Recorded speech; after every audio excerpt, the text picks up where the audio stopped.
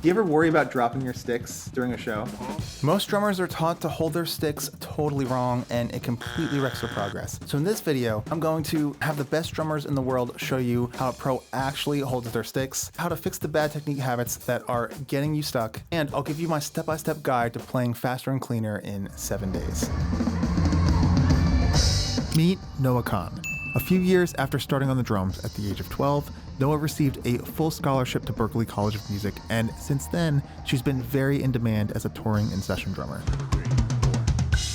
When she's not touring the world and playing stadiums with Adam Lambert, she's helping students to push their drumming further alongside me in the Drum Hub program. So Noah, how do you approach holding your sticks when you play those types of gigs? What do you think about? The back of the hand should be facing up. I mean, it depends on which sticks you use. Usually if I use Vic Firth, I just tell my students to leave the thumb on the flag, and then I would put my index finger in that way, kind of like almost completely straight, and the rest of the fingers would just like wrap the stick, and the entire grip is like super loose, extremely loose. When your hand is in this totally relaxed state, ideally you're doing as little as possible. You're changing it as little as possible to get the stick in there. So check this out.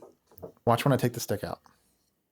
Do you see how my fingers just kind of drop down because the stick is not in the way? They're so loose, but that's all that happens, right? Here's what you're looking for. You want to get the entire pad of your thumb on the side of the stick. Entire pad of your thumb. The index finger, we're specifically looking for the, in medical terms, oblique side of the DIP joint. That's called the DIP, the distal interphalangeal joint. Yeah, that's what it is. I've had doctors as students and they've taught me this. Not the side, but like in between. So you're not going for the front, you're not going for the side, but kind of this 45 degree angle right there. This DIP goes opposite your thumb for now. There are exceptions that we will get to later, but for now, put it at the same height of the stick as your thumb. Later, you're gonna see how this fulcrum point drastically affects how well you can play the next techniques. And then the back of the stick should come out from your hand, I wanna say 2 inches, 1.5 inches. There's wiggle room depending on your sticks. For now, you want the back of the stick to be touching the middle of your hypothenar. Now that is the squishy bit, the back of your palm here. So we have thumb, index finger, hypothenar, the squishy bit. You don't want it on this bone here, and we don't want it out here either. It's a recipe for a lot of calluses. So right there in the middle of the squishy bit, DIP, entire pad of your thumb. Now, if you're here, you can then gently wrap the rest of your fingers around the stick. Do you ever use the middle finger and thumb as the fulcrum? And then I guess I am. I mean, I haven't really noticed that, but I guess I am. So I think you do this something very similar to me. That's kind of my default way of holding the stick, and it's the thing that's most natural for me. Now, some Drum Hub students have been asking me about this, and you specifically, again, want those DIPs on the stick, and that is these last creases. It's going to give you a lot of contact. Everyone's a little bit different. If your hands are smaller or bigger, it might change. There is breathing room, wiggle room to reinterpret these rules. These are just not laws you should follow. The code is more what you'd call guidelines than actual rules. And it took me time to figure out the technique that works for me, because there's so many techniques that work that are great, right? There's not like one right technique and, you know, all the other techniques are wrong. I found what works best for me. As long as it works for you and you feel like everything is super loose and you don't have any pain, that's amazing. That's great. But what we're looking for is a lot of contact points, especially with all the back fingers and your thumb. The index finger is important, but it's very relaxed because of this. And you can actually see that the index finger has this nice natural forward curve, and a little bit of it is poking down below the stick. Check out from the other side. Now, the most important ingredient is this, the gap. See this gap between my index finger and thumb? You always want to make sure that gap is there. If you begin to wrap your index finger on the stick, check out what happens. The gap closes, and if you try it with me, you're gonna feel a lot more tension in your forearms. Even like, I don't know, guitar or a flute. Like I've heard stories about musicians who overworked and, you know, they kept practicing even though they had pain, and they play through the pain. That's the worst thing that you can do. Like, don't do that. Don't play through the pain. It's like, it's not worth it. And then they couldn't play for like 6 months. I guess the key is to play loosely. So when you open that back up, you're going to be a lot more relaxed and able to hold the sticks very loosely. Now, before we get to the steps that I promised you, there are some very common technique mistakes that hold back a lot of drummers. How can you make sure that you're avoiding them? Well, I teach my students something called the stick grip checklist. The stick grip checklist means using this checklist at all times as a pre-flight and post-flight checklist. Imagine you're a pilot getting ready for takeoff and you have to check that everything about that airplane is ready to go so that,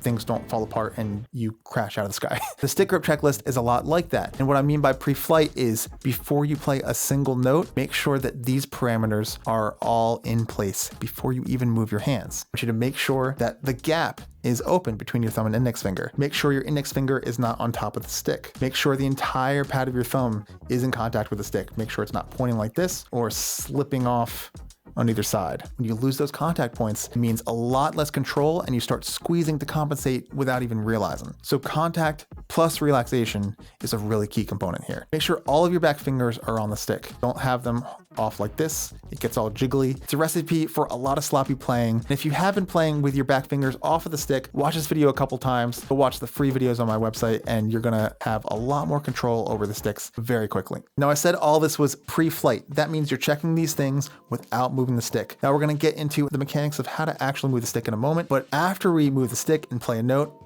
we're gonna use the stick grip checklist again. You're gonna check all the same stuff because it's very easy when you play a note for you to tense up, close the gap, or your back finger slip off like so. So you wanna make sure every time when you play a note, what happened? Oh no, the gap closed. Let me open it back up, memorize what it's supposed to be, take my time with it, try again. Okay, that was close. I could feel that I wanted to close the gap. So let me try one more time, just be really conscious of it, move slowly, etc.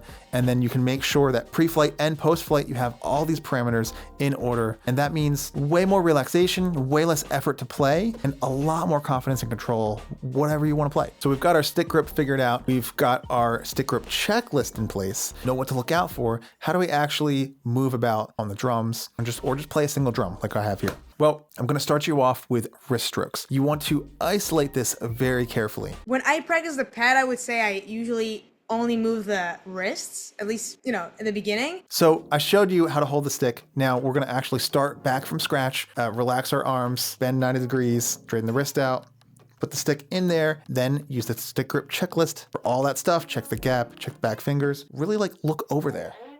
Make sure things are in place. I will actually duck under and check my back fingers. Okay, we're good. Let's get the stick resting on the pad with a very shallow angle. So I'm not up high like this.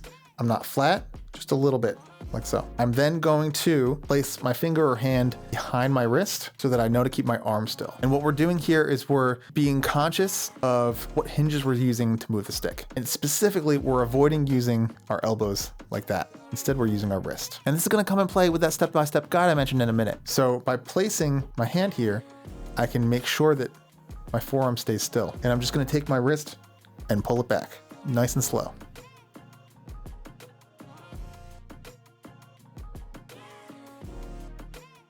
This is actually where I want you to start your strokes for a little bit. So we're starting high and then going down, same thing. And going back up. The grip, I would say, changes according to what style I'm playing. If it's hard rock, I'm gonna move. I mean, it's not gonna be maybe the grip, but just in general, playing, I'll move my arms a little more. If it's jazz, maybe I'll use a French grip or an American. German grip is when your palm is totally down. You use your wrist like this. American grip is a slight turn, which can make that a little bit more comfortable, especially on a modern drum set. So you can see that slight turn, but it's all wrist motion like that.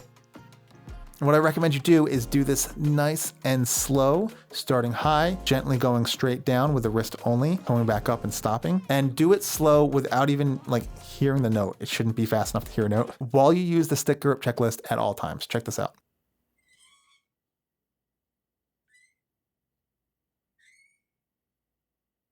Now, if you have that in place, what do you do next? Well, you do it faster. But very importantly, you move the stick fast and you pause for a long period of time in between. Make sure these rebound strokes that we're getting are really beautifully relaxed before you start banging away at it, okay? That means doing one and then checking everything before and after and pausing. So what I recommend my students do is actually play whole notes. Get a metronome out, play whole notes. Don't play quarter notes, don't play eighth notes, literally whole notes. That means with the click going, it's gonna be like this.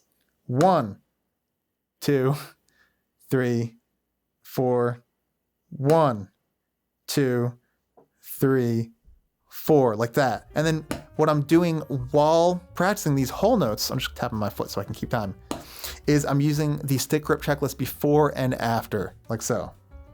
1, checking everything, watching the gap, watching the back fingers, 1, and then I'm Paying attention, make sure not squeezing the stick. 1, 2, making sure my thumb doesn't slip off. And 1. And then trying to feel that rebound. What you're going for, this side of the pad is a little less bouncy. You need a bouncy pad. This is enough, but I recommend like a rubber pad at first. You're coming down and you're totally relaxing. The stick will carry your hand or your wrist back up with it. You're looking for that feeling. And when you do it once or twice, you know it because it carries back. It feels a lot like dribbling a basketball, where you throw the ball down, it bounces off the ground, it comes up, and it carries your hand back up with it. That's the sensation we're going for. Do you ever worry about dropping your sticks during a show? I don't think I worry about it. I worry if it's happening, like literally while it's happening, I'm like, okay, I gotta grab the other stick. And I wonder if people notice.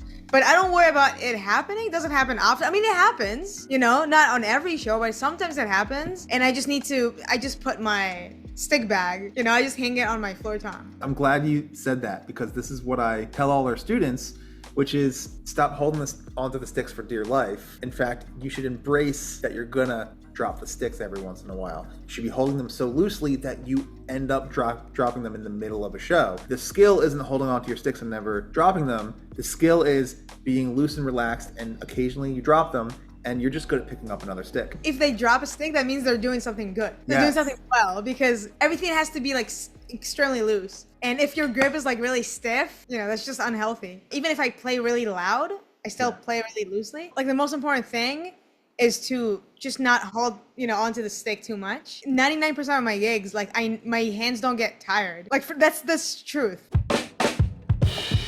Okay, so you want to play faster and cleaner in 7 days. Here are the steps that will get you there. By the way, I made a free PDF with all the exercises, notation, and steps that you need for this, and I'll put the link to that down below. The first things first, prerequisites before day 1 is make sure you have all these steps in order. And if you need more details on that, I have a totally free stick fundamentals guide that is super in-depth on my website. I'll make sure to put the link down below for you guys. And if you have the core of your grip and technique in place, then here's what we're looking at.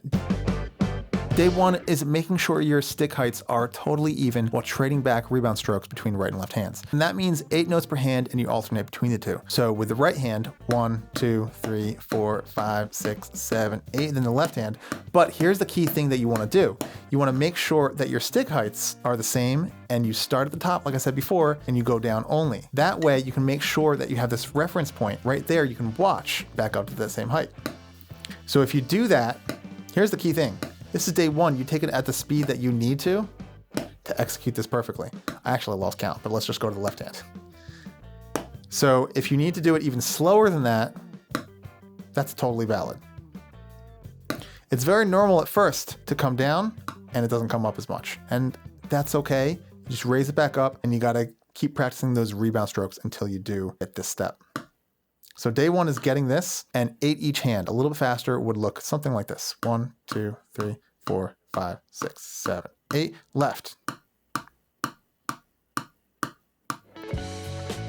Day 2 is playing those hands together, because on day 1 you've made sure that they're very even in terms of stick height, and if you're using a metronome, which I should have said that you have to, then you're gonna get those totally clean with the right and left hands. So day 2 is taking the same thing but doing them at the same time. So in unison looks like this: 1, 2, 3, 4, 5.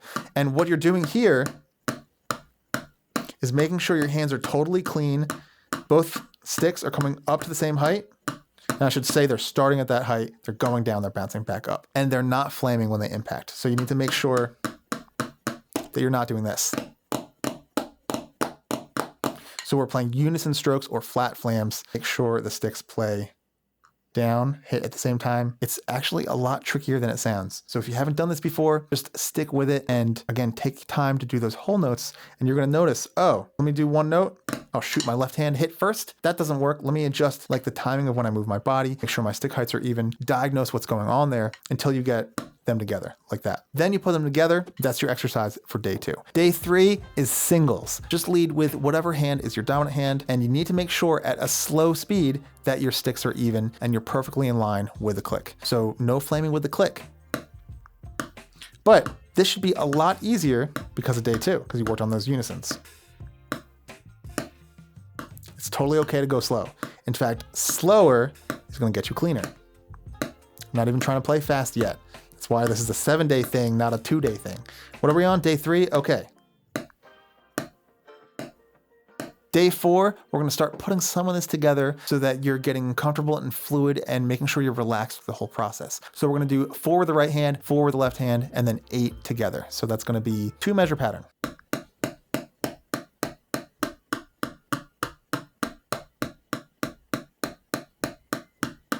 Pay attention to everything we talked about. So watch the gap, watch the back fingers, watch that your index finger isn't wrapped around the stick.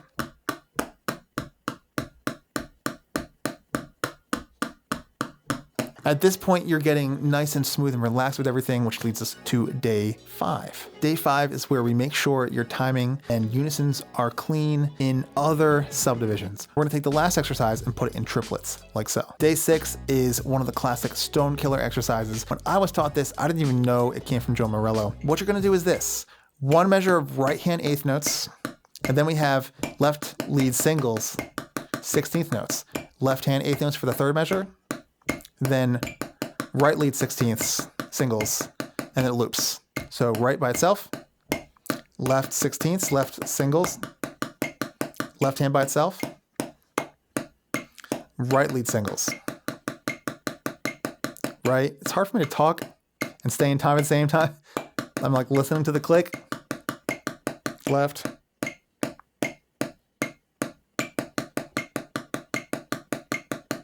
It's a beautiful exercise because you're getting very balanced, making sure that you're practicing leading those singles with either the right or the left hand. Crucially, make sure you do this as slow as you have to go, something like this.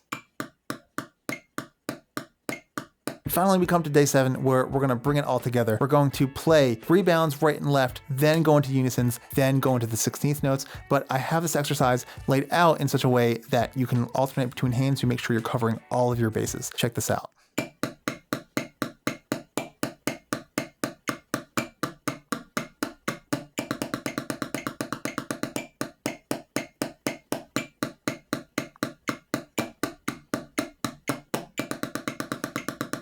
And as you use these steps to get your hands faster and cleaner, make sure to watch this video where I'll show you how to make playing those tricky patterns 10 times easier.